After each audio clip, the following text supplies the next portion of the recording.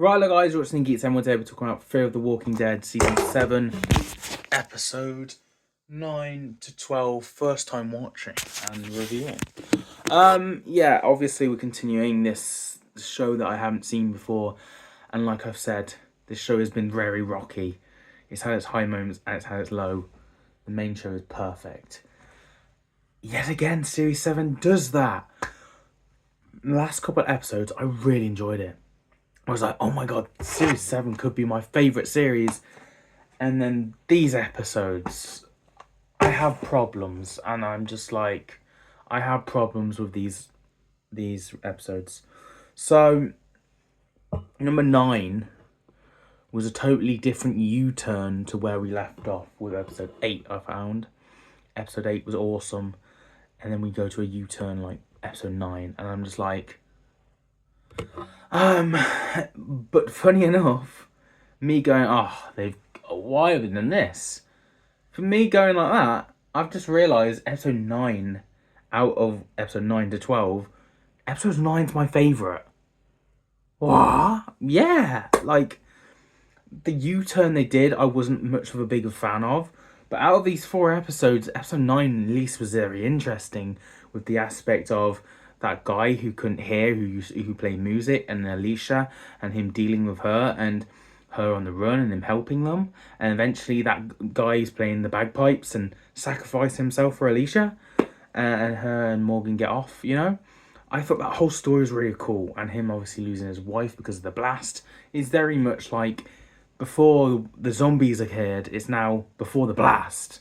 It's like that in a way, and I enjoyed it. I thought it was decent. I liked his story and his sacrifice for Alicia, and I liked Alicia's like inedible demise. And we have a few of them inedible demises, which I've very much gone. This show is very safe compared to the main show. The main show has killed off many characters and how many things, but I feel like this show is very safe, and it only does it occasionally.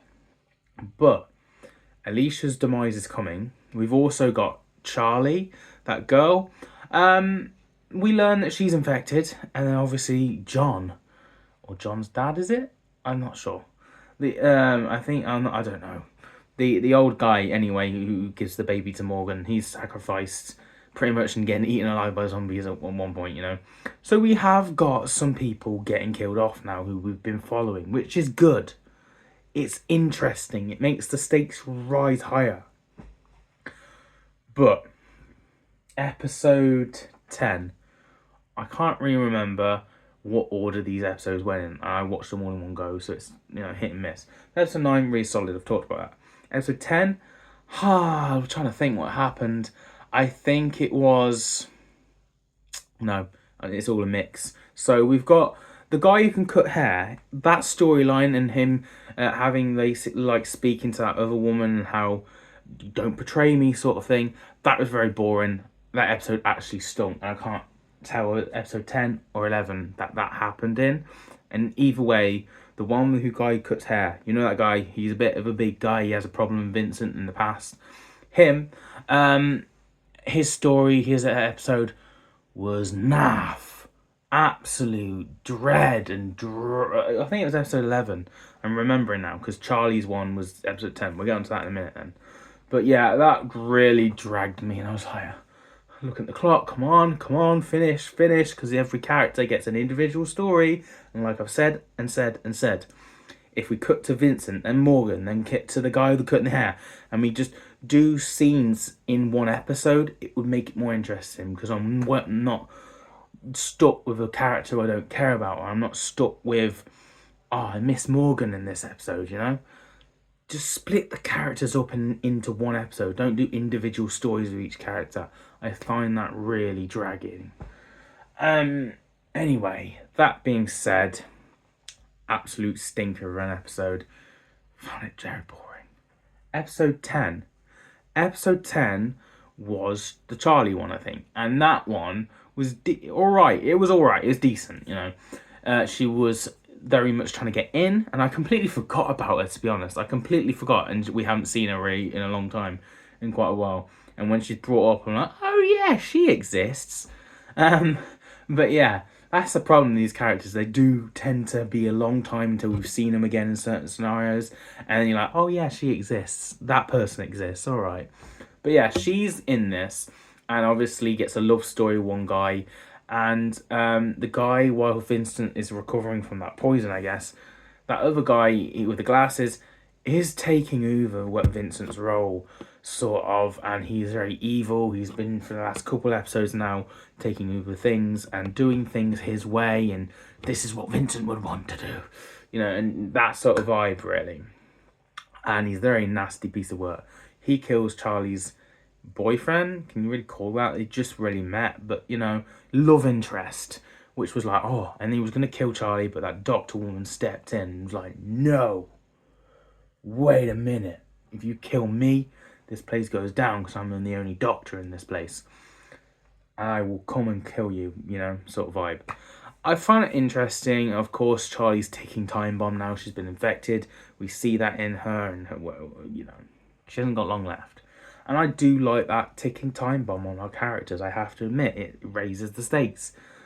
It's like it makes, obviously that bomb has massive impact from series 6, and it's still having them repercussions to now, and how dangerous it is and how infected and the ground and the space that we've been living in. It's no wonder why all our characters just move to another destination, because obviously Rick and his gang and Negan and all that, they didn't get hit by the blast. They're pretty much still got problems of their own, but they ain't got that sort of scenario, so why can't our characters move, I guess? But maybe they think it's bigger than what it was. I don't know. But yeah, episode 12, the final one now. This was a rocky one. It had some interesting stuff, of course, like the old man.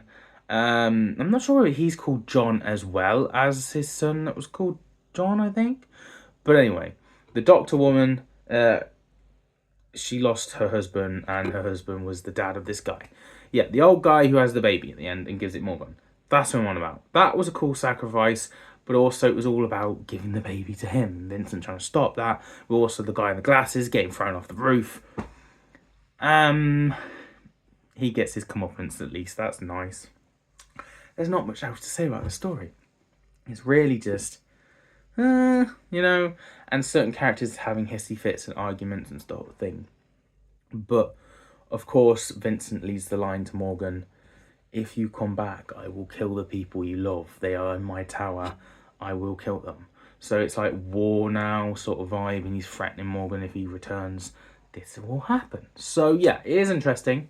We're going to have to see what happens. There is obviously a build-up between Morgan and Vincent. A showdown that might end in episode 6 or end... Episode 6. Might end in the end of series 7 or series 8. Who knows? That's my thoughts and opinions, guys, watching this for the first time.